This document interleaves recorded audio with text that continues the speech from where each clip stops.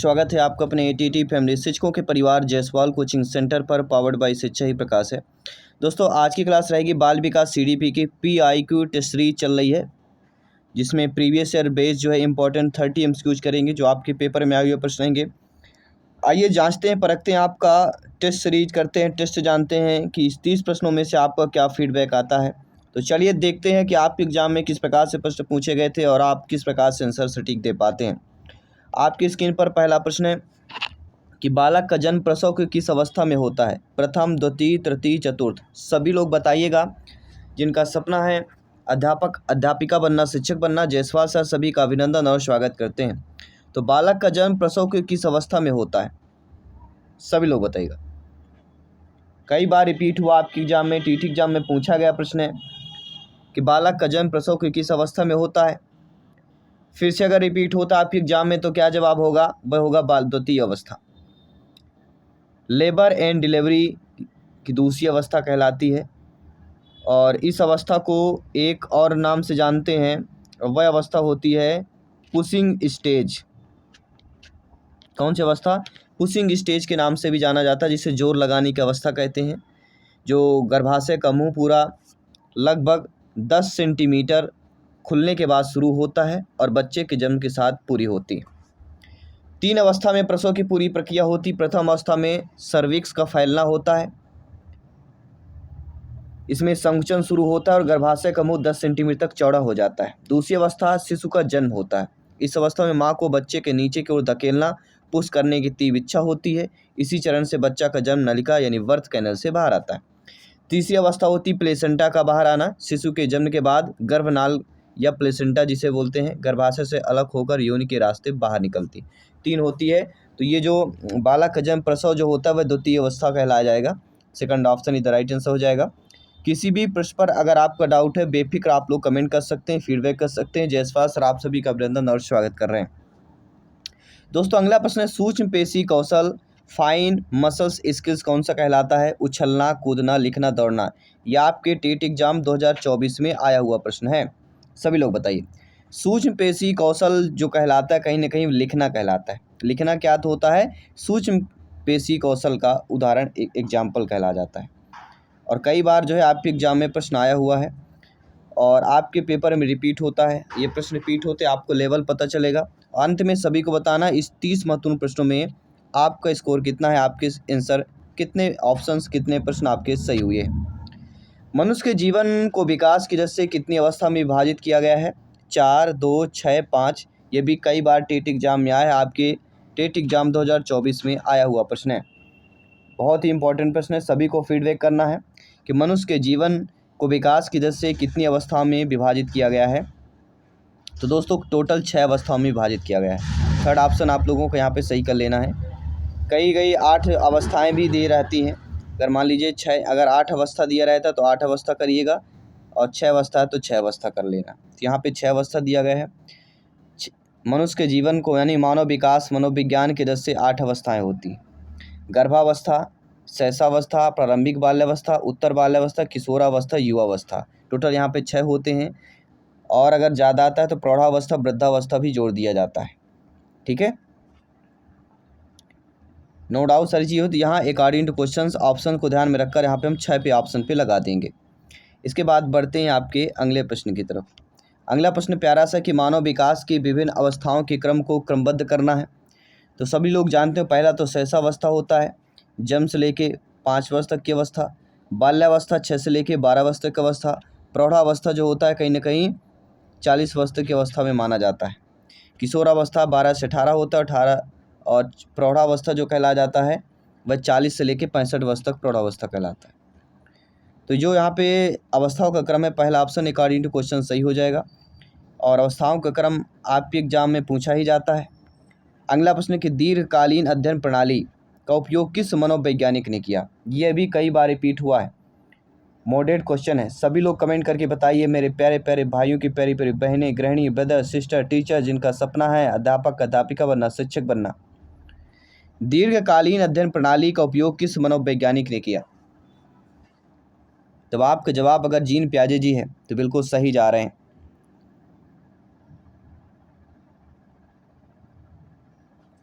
इसमें प्रमुख प्रणेता जीन पियाजे जी, लुइस टर्मन भी आते हैं और सिगमंड फ्रायड। क्या होगा? Sigmund Freud. यानी 3 महत्वपूर्ण मनोवैज्ञानिक है, लेकिन अकॉर्डिंग टू क्वेश्चन यहाँ पे जीन पियाजे जी बेस्ट ऑप्शन हो जाता है। जीन पियाजे जी बालक विकास और संज्ञानात्मक विकास के अपने प्रसिद्ध सिद्धांत आधार दीर्घकालीन अवलोकन को ही बनाया था। इसके लिए उन्होंने वर्षों तक अपने बच्चों के विकास का व्यवस्थित अध्ययन किया था। तो जीन पियाजे ji is the best option, is the right answer.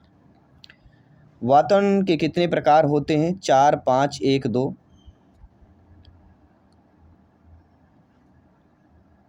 सभी लोग बताइएगा। कई बार पूछा जाता है बाल विकास में कि वातावरण कितने प्रकार के होते हैं। तो बाल विकास में वातावरण 2 प्रकार के होते हैं।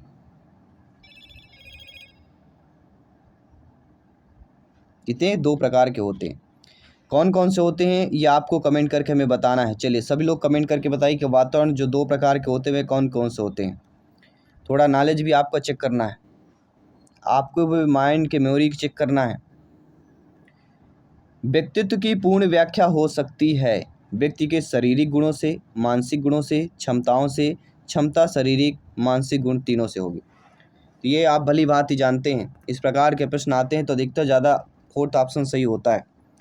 तो व्यक्तित्व की पूर्ण व्याख्या हो सकती है व्यक्ति की क्षमता, शारीरिक, मानसिक गुण तीनों को मिला के हो सकती है।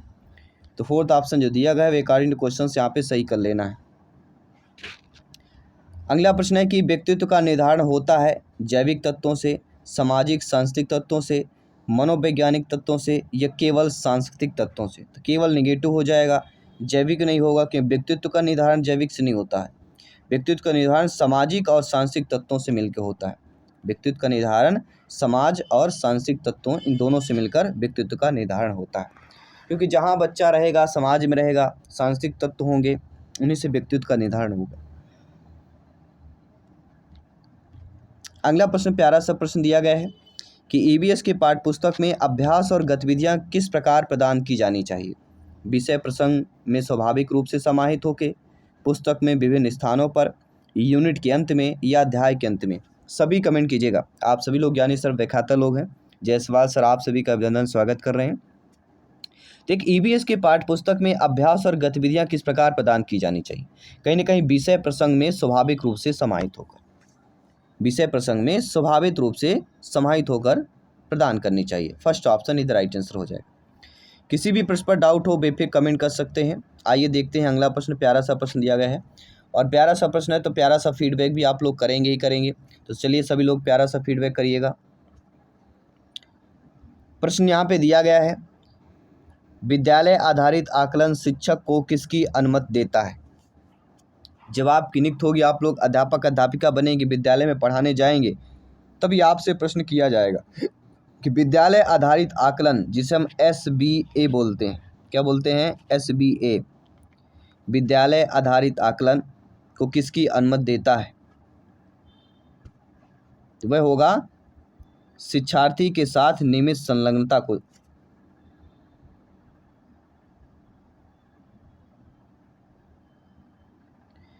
क्योंकि विद्यालय आधारित आकलन के किसी पहलू, विशिष्ट पहलू, जैसे कि इसमें लाभ, प्रकार, जैसे रचनात्मक, योगात्मक, इसे लागू करने की विधियों के बारे में एग्जाम में अक्सर पूछे जाते हैं। तो हर प्रकार से हमें प्रिपेयर रहना, तैयार रहना है। किसी भी प्रकार से आए आपसे बनना चाहिए, क्योंकि सिलेक्शन यहाँ पर सर्वोपरि है। टीटी एग्जाम को फतेह करना 101%। छात्रों के आकलन का उपयोग शिक्षकों द्वारा किस उद्देश्य से किया जा सकता है? उच्चतर कक्षा है तो छात्रों की पहचान करना, विद्यालय के मानक पूरे न करने वाले छात्रों को प्रोन्नत न करना, छात्रों की आवश्यकता के अनुसार अध्यापन दृष्टिकोण में परिवर्तित करना। बिल्कुल सही बात है। छात्रों की आवश्यकता के अनुसार अगर आप अध्यापन दृष्टिकोण में परिवर्तन कर रहे हैं तो वह आकलन जो होगा शिक्षकों द्वारा उद्देश्य माना जाएगा। छात्रों के आकलन का उपयोग बेस्ट ऑप्शन माना जाएगा। अगला जो प्रश्न है जो आपके एग्जाम में पूछा गया कि रचनात्मक आकलन जो होता है किस प्रकार से हो सकता है? प्री टेस्ट, पोस्ट टेस्ट, 1, 2 दोनों या तत्काल टेस्ट? कौन सा टेस्ट होगा? रचनात्मक आकलन, फॉर्मेटिव असेसमेंट जो होता है वह प्री टेस्ट, पोस्ट टेस्ट दोनों में होता है। अर्थात जो सी ऑप्शन दिया गया वह सही होगा, 1 और 2 दोनों हो जाएंगे। सभी लोग समझ पा रहे हैं? समझते जाइए, कमेंट करते जाइए, फीडबैक करते जाइए। गणित में क्षेत्रमित पढ़ाने से पहले सभी सूत्र बोर्ड पर लिख देना किस उपागम को दर्शाता है? आगमनात्मक, निगमनात्मक, प्रयोगात्मक, व्यवहारिक। अक्सर आप जब पढ़ाएंगे बच्चों को, गणित के सवाल हल करा रहे होंगे तो सूत्र जो लिख देंगे, बोर्ड पर लिख देते हैं, तो वह उपागम क्या होगा? सूत्र लिख देने मतलब आप बच्चों को नियम पहले बता रहे हैं। सूत्र लिखना मतलब बच्चों को नियम पहले बता रहे हैं। नियम पहले बता रहे हैं मतलब नियम से उदाहरण की ओर जा रहे हैं। तो नियम से उदाहरण की ओर जा रहे हैं तो निगमनात्मक उपागम हो जाएगा। Second option according to question यहाँ पे सही हो जाएगा। ये आपके टेट एग्जाम 2024 में आया हुआ प्रश्न है, ध्यान रखिएगा। रचनात्मक आकलन के अंतर्गत उपचारात्मक शिक्षण का क्या अर्थ होता है? अभिभावकों द्वारा अतिरिक्त कोचिंग, प्रतिभाशाली छात्रों के लिए शिक्षण, अधिगम की कमियों का निदान और समाधान, या पाठ्य पुस्तक से बाहर का शिक्षण। तो रचनात्मक आकलन के अंतर्गत उपचारात्मक शिक्षण का अर्थ जो कहलाता है वह अधिगम की कमियों का निदान और समाधान। निदान और समाधान। उपचारात्मक शिक्षण मतलब रचनात्मक आकलन के अंदर उपचार कर रहा है, उपचार मतलब निदान और समाधान। ये लाइन हमें याद रखना है। उपचारात्मक शिक्षण आए तो निदान समाधान हमें शब्द को पकड़ के बैठ जाना है। आइए देखते हैं अगला प्रश्न। संज्ञान शब्द किसे संदर्भित करता है? भविष्य का पूर्वानुमान, विश्लेषण और संश्लेषण, सोचना या जानना, या आत्मनिरीक्षीकरण। तो आप सभी लोग जानते हैं कि संज्ञान जो कॉग्निशन होता है ये किस शब्द को संदर्भित करता है? तो वह सोचने और जानने को करता है। सात से संज्ञान, सात से सोचना। सभी लोग समझ गए? आइए बढ़ते हैं अगले प्रश्न की तरफ। अगला प्रश्न प्यारा सा कि अव्यवस्थित घर से आने वाले बच्चे को सबसे अधिक कठिनाई किसमें होगी? सुव्यवस्थित पाठ में, स्वतंत्र अध्ययन में, प्रोग्राम आधारित निर्देश में, या वर्कबुक में। सभी लोग बताइए, अपने माइंड की मेमोरी पर थोड़ा जोर डालिए। जो आपने अभी तक पढ़ा है, अपनी एजुकेशन, अपना जो कठिनता है, अपनी जो पढ़ाई है, आज ही चेक करिए और अपने इस क्लास में 30 में से जो आपके सही हो सभी को कमेंट करके बताना है। और हमारी संस्था की टॉपर नोट्स भी आ चुकी है। बाल विकास के साथ साथ अन्य सब्जेक्ट की टॉपर नोट्स आ चुकी हैं। टॉपर नोट्स नए सिलेबस के अकॉर्डिंग आ चुकी हैं। प्रीवियस ईयर बेस्ड पूछे गए प्रश्नों के अकॉर्डिंग नोट्स बनाया गया है। नोट्स प्राप्त करने के लिए आज ही व्हाट्सएप मैसेज करिए 9630689598 9630689598। ये संस्था का व्हाट्सएप नंबर है। व्हाट्सएप करेंगे, टीम हमारी आपको टर्म्स एंड कंडीशन देगी। उस टर्म्स एंड कंडीशन को फॉलो करिए, टॉपर नोट्स प्राप्त करिए। ये टॉपर नोट्स 15 से 20% तैयारी आपको और मजबूत कर देगी और पक्की कर देगी, सुदृढ़ मजबूत बना देगी। तो अव्यवस्थित घर में आने वाले बच्चे को सबसे अधिक कठिनाई किसमें हो सकती? तो स्वतंत्र अध्ययन।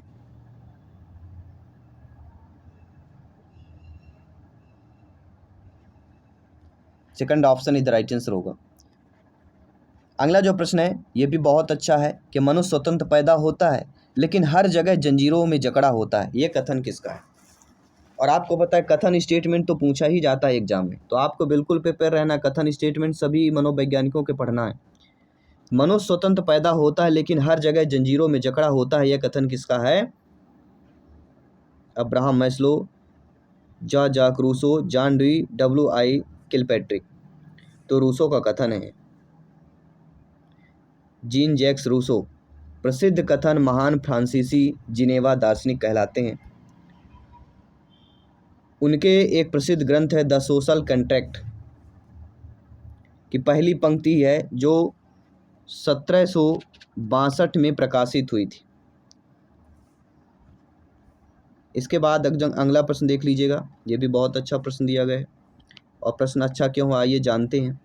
विशेष शिक्षा कक्षा में पढ़ने वाला छात्र सामान्य कक्षा में अपनी क्षमता के अनुसार संशोधित गतिविधियों में भी भाग लेता है, यह किस उपागम का उदाहरण है? बहुत अच्छा प्रश्न। विशेष शिक्षा कक्षा में पढ़ने वाला छात्र समान कक्षा में अपनी क्षमता के अनुसार संशोधित गतिविधियों में भी भाग लेता है, यह किस उपागम का उदाहरण है? समावेशन, आंशिक सहभागिता, रिजर्व मिनिस्ट्रिंग, या इनमें से कोई नहीं। तो ये हो जाएगा समावेशन, अर्थात समावेशी शिक्षा, संयोजन की बात हो रही। फर्स्ट ऑप्शन इधर राइट आंसर। किसी भी प्रश्न पर डाउट हो बिल्कुल कमेंट करते रहिएगा, फीडबैक करते रहिएगा। सीखना सबसे अधिक प्रभावी होता है। जब हम सीखते हैं वह सबसे अधिक प्रभावी कब हो सकता है? खुद सोचिए, कब होगा? जब विद्यार्थी सक्रिय रूप से सीखने की प्रक्रिया में भाग लेगा। देखिए सक्रिय रूप से कौन भाग ले रहा है, विद्यार्थी भाग ले रहा है, तो दो दो चीज़ें पॉजिटिव दी गई है, तो ऑप्शन हमारा सही हो जाएगा ऑलरेडी। हमें प्रश्न ना पता हो, ऑप्शन को देख कर भी हम सही आंसर लगा सकते हैं, ये ध्यान रखिएगा। ये चीज़ अगर आपने सीख ली तो आपको टेट एग्जाम को फतह करने से, सरकारी शिक्षक बनने से, अध्यापक अध्यापिका बनने से कोई नहीं रोक सकता। इनमें से कौन सा आकलन सीखने में सुधार के लिए किया जाता है, समेकित, प्रारूपिक, वार्षिक या बोर्ड परीक्षा। ये भी आप भली भांति जानते हैं कि ऐसा आकलन जो सीखने में सुधार के लिए किया जाता हो, तो सीखने में सुधार करना है तो प्रारूपिक आकलन होगा, फॉर्मेटिव असेसमेंट हो जाएगा। बी ऑप्शन अकॉर्डिंग क्वेश्चन सही हो जाएगा। नो डाउट सारी चीज़ें आपकी क्लियर हो गई होंगी। आइए देखते हैं अगला प्रश्न। पियाजे के अनुसार संज्ञानात्मक विकास का प्रथम चरण कौन सा होता है, तो ये भली भांति जानते होंगे। संवेदी गामक अवस्था, जन्म से लेकर 2 वर्ष तक अवस्था, पूर्व संक्रियात्मक अवस्था 2 से लेकर 7 वर्ष तक की अवस्था, मूर्त संक्रियात्मक अवस्था 7 से लेकर 11 वर्ष तक की अवस्था, औपचारिक संक्रियात्मक अवस्था 11 से लेकर 15 वर्ष तक की अवस्था। सारी अवस्थाएं आपसे आनी चाहिए। According to questions B option यहाँ पे सही हो जाएगा। यह आपके टेट एग्जाम में पूछा गया प्रश्न है। आइए देखते समझते हैं। आइए अगला प्रश्न क्या पूछा गया है।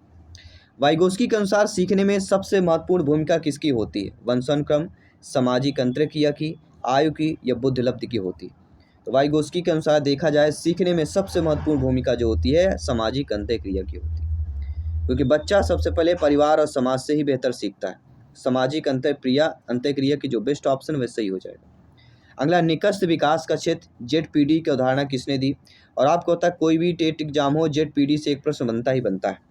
तो निकष विकास का क्षेत्र की अवधारणा किसने दी, वाइगोस्की ने दी।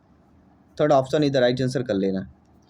और आइए देखते हैं अगला प्रश्न। ये भी बहुत ही प्यारा सा प्रश्न है कि थांडाई के प्रभाव के नियम, लॉ ऑफ इफेक्ट का अर्थ क्या होता है। थांडाई के प्रभाव के नियम, लॉ ऑफ इफेक्ट का अर्थ ही होता है सुखद परिणाम वाले व्यवहार की पुनरावृत्ति होना। जो पॉजिटिव चीज़ें हों वो दोबारा होना चाहिए, यानी प्रभाव के साथ, इसलिए प्रभाव का नियम सुखद परिणाम वाले, जो यानी पॉजिटिव इम्पैक्ट वाले फिर वह रिपीट हो। अगला, कोहल वर्ग के अनुसार नैतिक विकास का सर्वोच्च स्तर कौन सा होता है, पूर्व परंपरागत, परंपरागत, उत्तर परंपरागत या नैतिक यथार्थवाद। कई बार पूछा गया टेट एग्जाम। कोहल वर्ग के अनुसार नैतिक विकास का सर्वोत्तम स्तर है, तो आप सभी लोग जानते होता है उत्तर परंपरागत स्तर जो होता है सबसे बेस्ट होता है। ठीक है, उत्तर परंपरागत स्तर, third option is the right answer. अगला प्रश्न ये भी बहुत ही प्यारा सा प्रश्न है और प्यारा सा फीडबैक कीजिएगा। गार्डनर के बहुबुद्ध सिद्धांत में इनमें से कौन सी बुद्धि शामिल होती है। और आपको पता है बहुबुद्ध से आपसे 1-2 प्रश्न आना ही आना अनिवार्य है, ये टॉपिक क्लियर कर लीजिएगा। चाहे कोहल वर्ग आए, जीन प्याजे जी आए, थांडाइक आए, वाइगोस्की आए, इनको घोट के पी जाइए, क्योंकि यहाँ से 5 से 6 प्रश्न रखे हुए हैं ऑलरेडी। तो गार्डनर के बहुबुद्ध सिद्धांत में कौन सी बुद्धि शामिल होती है, भाषाई बुद्धि भी शामिल होगी, तार्किक गणितीय बुद्धि भी होगी और संगीतीय बुद्धि भी होगी। अर्थात उपरोक्त सभी ऑप्शन इधर राइट आंसर कर लेना है। किसी भी प्रश्न पर डाउट हो बेफिक्र आप लोग कमेंट बॉक्स बना हुआ है, कमेंट करिए, फीडबैक करिए, अपने प्रिपरेशन को मजबूत करिए, अपने अंदर के प्रश्नों के जो कौतूहल मचाए हुए प्रश्न, उन प्रश्न को संतुष्ट दीजिए, उन प्रश्न को उत्तर पाइए। आज ही कमेंट कीजिए, अभी कमेंट कीजिए। निम्नलिखित में से कौन सा अधिगम का संज्ञानात्मक क्षेत्र होता है। कॉग्निटिव डोमेन की बात हो रही है, ज्ञान, अवृत्ति, रुचि, मूल्य, तो ये भली भांति जानते हैं।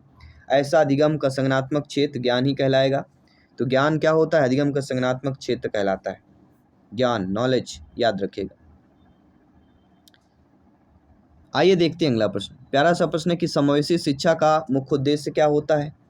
केवल दिव्यांग बच्चों को पढ़ाना, केवल निगेटिव हटा दीजिए, सभी बच्चों को समान अवसर देना, पॉजिटिव हो जाएगा, प्रतिभाशाली बच्चों के लिए अलग, ये निगेटिव हो गया, केवल निगेटिव हो गया तो बचता बी ऑप्शन, यानी सभी बच्चों को समान अवसर प्रदान करना, ये बेस्ट ऑप्शन होगा, क्योंकि समावेशी शिक्षा है, सभी बच्चों को समान अवसर उपलब्ध कराना अनिवार्य है। बुद्धि परीक्षण का सर्वप्रथम विकास किसने किया, अल्फ्रेड बिने और थियोडोर, जीन पियाजे जी, स्किनर, थांडाइक। ये भली भांति जानते हैं, आप पढ़ चुके हैं, कई बार पढ़ चुके हैं, रिपीट हो चुका है कि बुद्धि परीक्षण का सर्वप्रथम विकास किसने किया है, अल्फ्रेड बिने और थियोडोर साइमन ने किया है। फर्स्ट ऑप्शन को सही मान लेना। और अगला प्रश्न है जो आपके स्क्रीन पर है, कई बार ये भी पूछा गया है, ये आपके टेट एग्जाम 2024 में आया हुआ प्रश्न है। कब आया है, 2024 में आया हुआ प्रश्न है कि सीखने का स्थानांतरण क्या होता है, ट्रांसफ़र ऑफ लर्निंग, एक विषय को भूल जाना, पूर्व अधिगम का नए अधिगम में उपयोग करना, केवल रटना या परीक्षा की तैयारी। परीक्षा की तैयारी, केवल एक विषय को बोलना, ये तीनों नेगेटिव हो गया।